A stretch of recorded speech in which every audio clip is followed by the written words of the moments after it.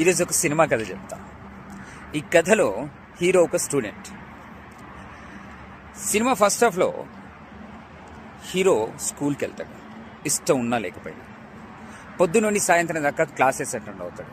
Bore కొట్టినా, నిద్ర వచ్చినా, ఇంట్రెస్టింగ్గా లేకపోయినా కష్టపడి బట్టి పెట్టి చదివి ఎగ్జామ్స్ రాస్తాడు. మంచి మార్క్స్ తెచ్చుకుంటాడు. పేరెంట్స్ చెప్పినట్టు వింటాడు. టీచర్స్ చెప్పిందే వేదం, వాళ్ళు చెప్పిందే కరెక్ట్ అని గట్టిగా నమ్ముతాడు. అన్ని సిలబస్ ప్రకారం చేస్తాడు, సిస్టమ్ ప్రకారం చేస్తాడు, సొసైటీ ప్రకారం నడుచుకుంటాడు. ఇక్కడ హీరోకి వేరే చాయిస్ లేదు. 10th అయిపోయింది, మంచి మార్క్స్తో పాస్ అయింది. ఇది ఫస్ట్ హాఫ్.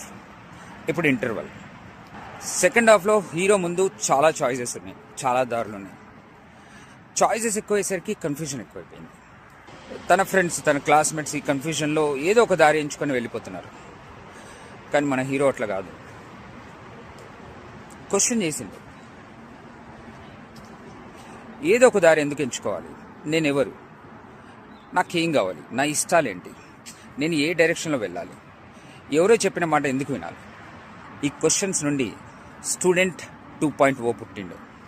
ఇప్పుడు మన హీరో చదువుతాడు, కానీ భయంతో కాదు, క్లారిటీతో, ఇంట్రెస్ట్తో. తన దారి ఎంచుకుంటాడు, కానీ ప్రెషర్తో కాదు, డైరెక్షన్తో. కథ క్లైమాక్స్కి వచ్చింది.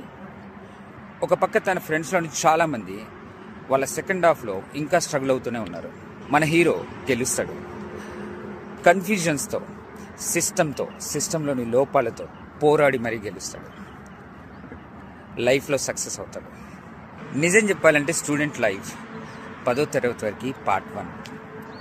10వ తరగతి తర్వాత స్టూడెంట్ 2.0. ఈ 2.0 కన్ఫ్యూజన్తో స్టార్ట్ అయితే సినిమా అట్టర్ ఫ్లాప్ అవుతుంది. అదే క్లారిటీతో స్టార్ట్ అయితే సినిమా బ్లాక్ బస్టర్ అవుతుంది, హ్యాపీ ఎండింగ్ అవుతుంది. మీ కథలో మీరే హీరో. మీ సెకండ్ హాఫ్, మీ స్టూడెంట్ 2.0 ఎట్లుండాలనో ఇప్పుడు డిసైడ్ చేసుకోండి.